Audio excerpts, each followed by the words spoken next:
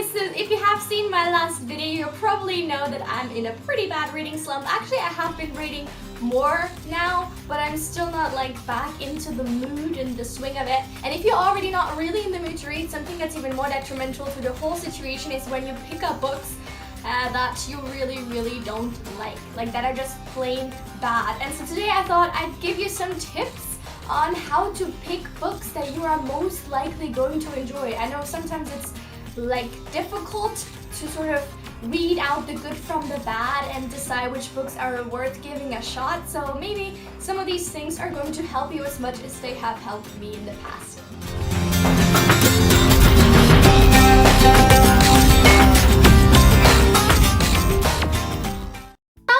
Obvious tip here is to go and read or watch other people's reviews. I know that on BookTube every now and again one or more books pop up that are super overhyped, that like every major booktuber does a video on and probably raves about, or in general just books that like everybody has a review on. And most of these are usually positive because the hype sort of just fuels more hype, and then more people read it and more people enjoy it and rave about it. But in that case, and actually in any case, it is more useful to you to read and watch the negative reviews, especially in situations where a book is overhyped or you feel like it might be overhyped. It is really important to go look at the negative reviews. Go look at the people who are going to criticize it, who really didn't enjoy it. Read the Goodreads reviews that gave the book 1 or 2 stars. Don't read the rave reviews. By the time you've become aware of this book, you probably already know all the good parts about it and how many people loved it, but you probably don't yet know all the little things that annoyed people. And here it's really important to just go look through it and look at things that were criticized and see if that is possibly a deal breaker for you. For me, for example, really cheesy love stories and unrealistic romance and insta-love are deal breakers. So if I see a book review that mentions any or all of these things, I'm gonna be like, no thank you. This might be something that a lot of other people enjoy. It doesn't mean it's a bad book because it has the deal breakers for me in it. It just means that it's probably not something I'm going to enjoy. And so I tend to focus on those a lot more than on the positive ones. Another thing is to not just watch reviews by anybody or read reviews by anybody, but by now you've probably found some trusted booktubers whose reviews you really enjoy and whose opinions you most often sort of agree with and sympathize with. And that's really important, to find people that have a similar taste in reading. Reading and enjoying books is a very subjective thing, so you're most likely going to find something that you enjoy if you follow the advice of someone that you know has sort of agreed with you on a lot of other books as well. Another thing is to sort of pick people that you know are rather critical of things. I'm not trying to sort of criticize anybody for their reviewing methods. You can do whatever you like, but personally, if someone gives books only maybe 3, 4, or 5 stars, I'm not going to trust that person as much. Just saying. Even if those reviews really do sort of represent somebody's true opinion, I want to sort of read reviews by people who are critical and whose 5 or 4 star ratings actually truly mean that those books are good and outstanding and above others. My personal favorite for this on Goodreads is Khan. I'm gonna link her Goodreads page down below. This girl reads like so many books.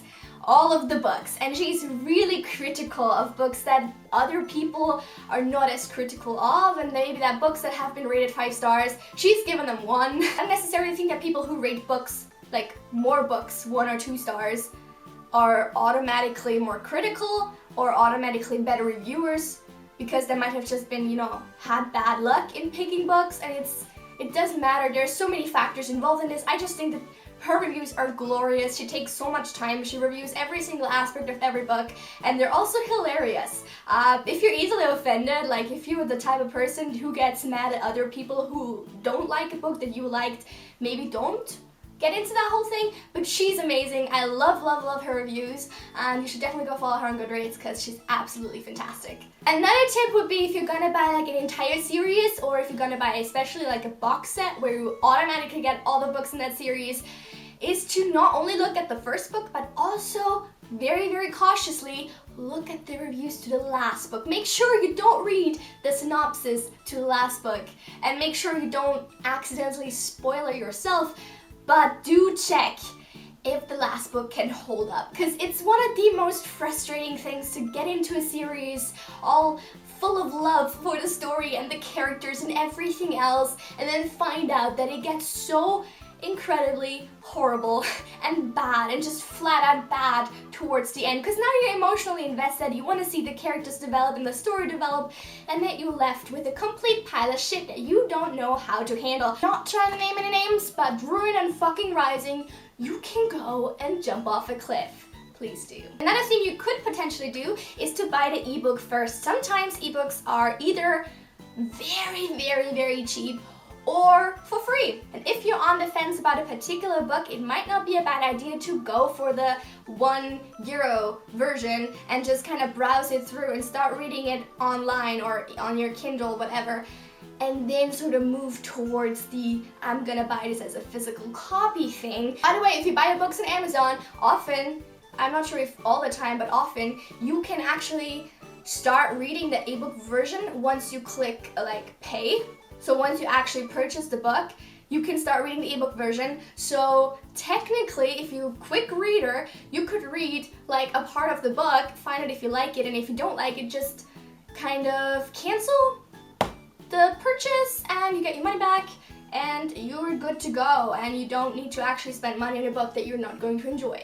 Similarly, if you like buying your books in actual physical bookstores, take a minute, half an hour, and sit down with the book, just leaf through it, see if you like their style of writing, see if you like the general story, the gist of it. If you like the beginning and you feel motivated to continue reading, you're probably gonna end up enjoying the book itself as well. Now obviously none of these tips can guarantee with 100% certainty that you are going to enjoy the book that you will be buying, but it's going to increase your chances, and I definitely recommend you do it because you're gonna save money, decrease your TBR, or at least prevent it from growing too big, and you're gonna not be as frustrated with books you bought that then were absolute shit. So that's it for this video, guys. Leave me comments down below if you have any other tips on how to prevent buying bad books that you are not going to like. I will see you guys soon. Have a lovely week. Bye!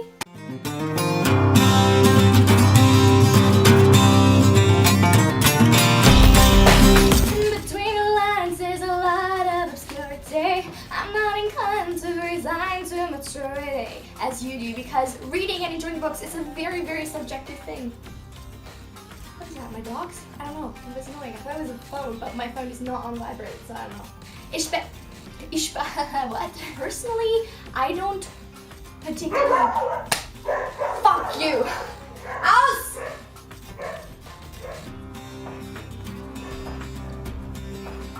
I'ma murder somebody. Why can't I remember what I was gonna say? I'm